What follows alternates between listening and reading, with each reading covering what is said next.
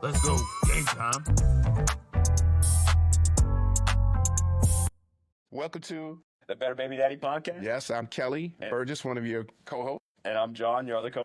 Yes, and today, guys, we're going to talk about fitness, and not just muscular fitness, but all areas of fitness that we think, hey, you need to have in place in order to be a better baby dad. Absolutely, sir.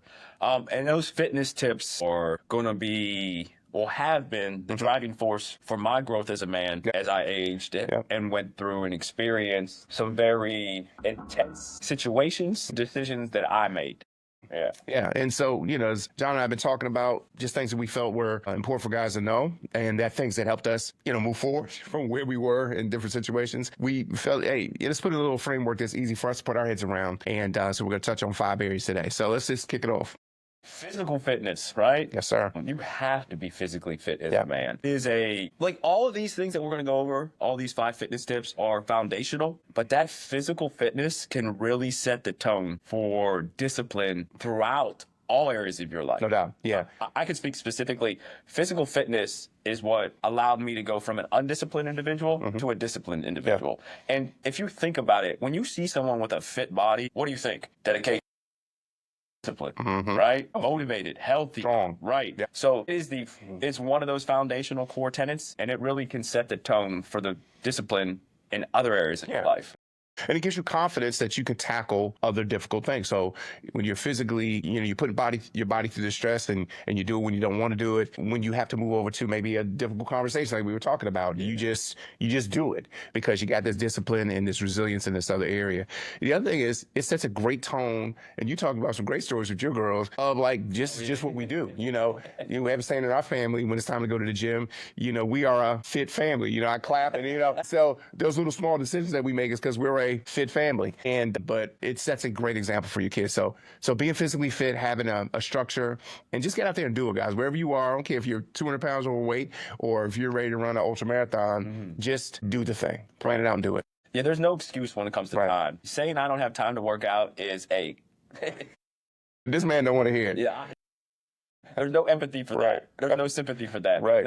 You can drop down and give 10 push-ups any time of the day, just about. You can work out with your kids. You can go for walks in the evening or in the morning with your kids. You can walk your kids to school if you have that opportunity.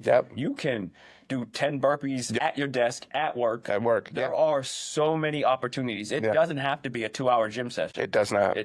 It doesn't. And that example that you set for your children, as you were just saying, is something that you can't measure or put any value on. Because now, working out is this abnormal thing. Right. It's part of our daily lives. It's just what we do, And, and we've talked a lot, more is caught than taught. Yeah. And then they catch that. That's just an important area. So physical fitness, guys, get out there, be strong. Yes. So you can live a long time and have the reserves you need in order to be the kind of emotional dad that you need to be, and that kind of ties to the next one. And emotionally, I'm not embarrassed to say my nose getting ready to run like a faucet. I'm gonna get a tissue and come back to the table. I'm sitting here. I think I brought them down today. It's springtime in the city, get ready to crank out, And we work around a lot of Jeremy folks. So see me wiping. Patience. That's it. All right. Yeah, mental emotional fitness, though. Yes. How does one go about achieving fitness from a mental emotional standpoint? Yeah, I mean, I think that's up there with physical fitness. Really, it kind of precedes that because your thoughts, you become your thoughts. Yes. And so, if you're in a position where you're trying to become a better baby dad, maybe there's some mistakes you made. I think the first thing is you got to forgive yourself and to take ownership of the things you've done, and then make, like we talked about, make the next best dad move you can make. For me, journaling, get my thoughts, getting it out of my head and getting it down on a piece of paper kind of takes the power out of the thing and makes it manageable. So that's one thing for me, journaling. I agree with you. Journaling is a great way just to express yourself. And you might not even know what you're sitting down to write, but just start and let it flow. And if you don't want to write, you can always, there's apps on the iPhone now, the journal app on the iPhone. You can go to your laptop, your tablet, whatever you want to do, and just type whatever it is. And then you can seek guidance that is either professional in nature or non-professional in nature. Sure. Me talking to you sometimes is that mental emotional therapy, right? Just understanding that you're not alone in this. You're never through this, and just having that understanding at times can alleviate. I know that was one of the biggest alleviators of stress and pressure for me, was coming to the understanding through talking to people like you that have been through situations that are very similar to mine. Bro, you're not the only one. You're not. You're not the only one that made these mistakes. Right. Right? Yeah. And I was like, oh, all right, cool. Yeah. And my shoulders just dropped. I was like, yo. It is. It's good to know that there's comfort in that, and there's wisdom in that, right? Yes. You don't got to go about it alone. You're not alone. But, there's sometimes you do need to seek a professional counselor. Like, you do need to sit with someone who can really unpack maybe some of the decision making that got you in this circumstance. And, I remember when I was going through a really tight spot with one of my, and it was around a years-long process to where we eventually broke up. And I remember my counselor saying, you were the last one to discover that y'all were already divorced 2 years ago. But she let me take that path. She knew that I needed to go through all of the laps to, as a man, know that I did everything to do to try to sustain the relationship, but the relationship was already dead, And, but a professional will allow you that space to come to yourself. To have a professional, sometimes situations call for it, particularly if it's intense between you and your baby mom. Yeah. But sometimes a close friend over some nachos or fried Brussels sprouts, I guess, would be nice. And then bits of healthy over some hummus. Right. Hey, you a tough cat if you can do that. But anyway, either way, having a outlet, whether it's writing or another person to bounce things off of, it helps your mental. You can get to a dark place if you keep everything inside and you do not process the multiple emotions you have. Anger, bitterness, resentment, fusion, fullness, all of that swirling in you. You got to have a healthy place where you let that out and begin to deal with it. So mental, emotional fitness, right after physical fitness, they really kind of are twin sisters. Absolutely, I agree. Mental, emotional fitness, and you just said, a little side note, you said some dark thoughts. Fellas, if you going through it, we know what those thoughts are like. Hey. They are it's hard to even speak about what some of them thoughts Seriously, are. yeah. Listen, I've had thoughts where I'm set up 300 yards away with a sniper rifle. Those kind of thoughts. Absolutely. And you Yeah. don't even know why. Yeah, I mean, it's crazy. Thoughts you've never had as a man. Yeah. Just know you're not alone.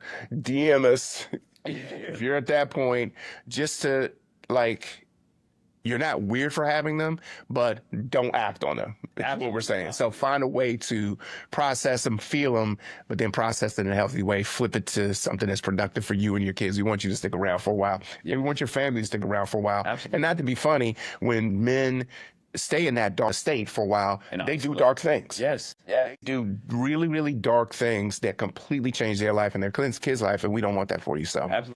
But that brings us to our next one. Yes, it does. Which is those that are fit for the journey. Yes. What do you mean by that? Fit for the journey? Our social circle. Yeah. Right? Mm-hmm. We don't want no squares in our circle. No. Right? Mm-hmm. And sometimes those individuals that we invite into our circle are professionals. Yep. Sometimes they're friends. Yep. Sometimes we're removing people from our circles. We're like, nah, this dude ain't fit for my journey. No. So who is going to aid you on your journey in a positive way? Yeah. You don't want that dude in your circle that's going, oh yeah, she a bitch. Oh yeah, she a bitch. You don't want that dude. Yeah. That is not going to aid you on your journey. Yeah. Although it may feel good to say in the moment, it may feel good to hear in that moment. Long term, that's not going to be a path to resolution. Yeah, and you need to think long term. Like when you're 60, 70 years old, what kind of relationship do you want to have with your kids? What kind of dad you want to be? And then, okay, as a 25-year-old, what advice do I need to be acting on today to get to that point, right?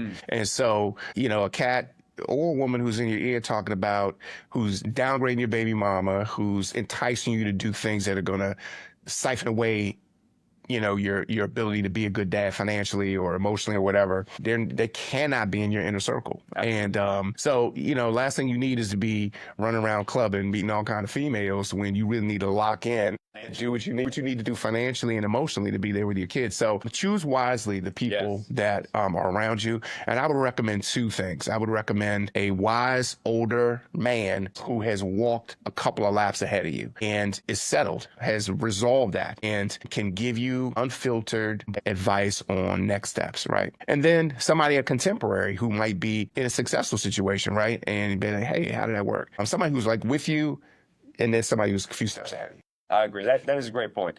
And even though you're inviting these people into your circle, it's also understanding that their situation could be different than your situation. Correct. So you may take some of that, sure, but you're not going to take all of it every single time. Yeah. I like to say, eat the meat and throw away the bones. There you go. Take what you can take, and then apply it, and then move on. And then understand. Last thing I want to say is that hey, sometimes people in your circle for a season, and therefore just a reason. Doesn't mean that 25 years ago we're taking hiking trips as families together. It just meant hey, for this moment, this person was here and really helped me get to the this next level in my fathering. There you go. Yeah, absolutely. Next one's his first podcast. We talked about $2 paychecks and turning over all our Uber money. So financial fitness, gentlemen, is key. I saw some stuff on IG the other day about just the importance of a man setting the tone in the household financially. Like that is one of your prime roles is provider and protector. It sounds old fashioned, but I don't know of any lady who doesn't, if she had the option either not to work or all her income could be utilized in another way besides supporting the household, who wouldn't want that, right? To me. Absolutely. And so being financially fit is an important component. Yeah, and that financial fitness, sometimes it requires a second job, a third job, a side hustle. But most importantly, what it really requires is budgeting. Yes, it does. It is eliminating unnecessary spending.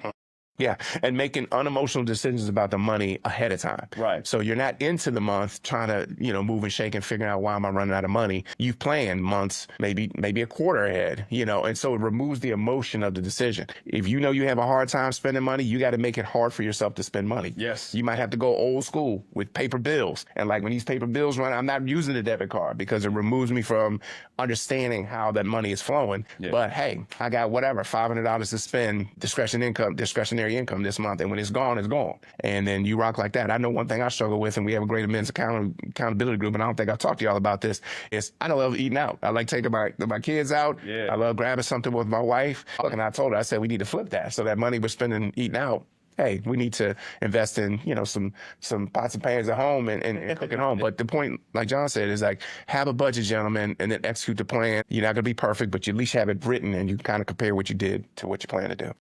And that budgeting is so much easier now because there's so many resources, free resources that are out there for us to look at. You can have ChatGPT create you an amazing budget, right? Based on your specific needs and wants and things of that nature. Get out there, get a budget, get it done, and stick to it. Interesting article that I had just read was associating frivolous spending with OCD as a symptom of OCD. Really? So obsessively compulsive spending money. So you send that to me, have it, and you're just like, oh. I think I might be touching a little bit. Yeah, I might be touching a little bit. That explains it. And I was like, I know OCD. Hey, it's funny. But yeah, one thing I wish I had done, just one word of advice, two things actually, is one, you have to have a cushion. Dave Ramsey talks about having a financial cushion or a moat around you.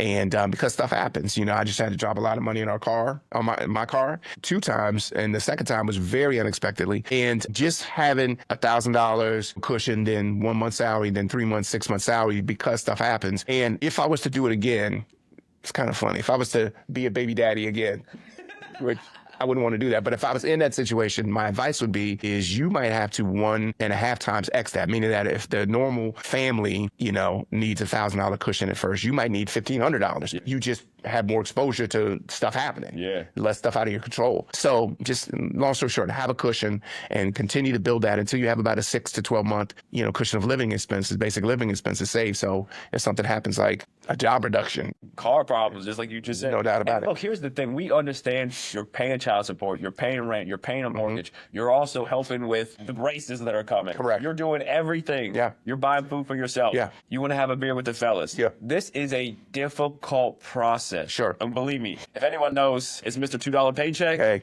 And it's Mr. My bank account's at negative. I know that the saving process and the budgeting process can be extremely stressful and seem impossible at times. But you just have to lock in and say, you know what? I don't need Netflix. That's an expense I do not need. You know what? I can't go to happy hour this month. Right. Or if I'm going, hey, fellas, I'm not drinking. I'm just having some water. Some water, and I'll eat some of your chips, man. That's it. It's like that. Yeah. It really is like that sometimes. Right. And your real ride or dies will understand that. Yeah. They'll treat you to the drink or whatever, Yeah. But you just have to lock in for a period, and then before long, it becomes a habit. Yes. And then, a year from now, you're like, oh, okay, it's just how we roll. And again, like the physical fitness and the emotional fitness, your kids will pick up on your wisdom, your financial wisdom. Absolutely. And we saw a great thing on IG. It says that things you learn late in life, teach your kids early in life, right? Hey, we're obviously in a situation where we learn some things late in life, right, guys? Able to front load that knowledge to your kids because you're doing it while you're raising them and you're real open about it. Think of it. I know we're talking about financial fitness a lot here, but I like to think of it from the standpoint that whatever I teach my kids, they're going to teach their kids. No doubt. This is generational impact that you could have in this moment. It is. Talk about breaking generational curses. Yeah. This is it, right? Man. And it takes 2 cycles. You're absolutely right. I didn't even think about that. Like you're literally making a deposit into your grandkids' life. Literally.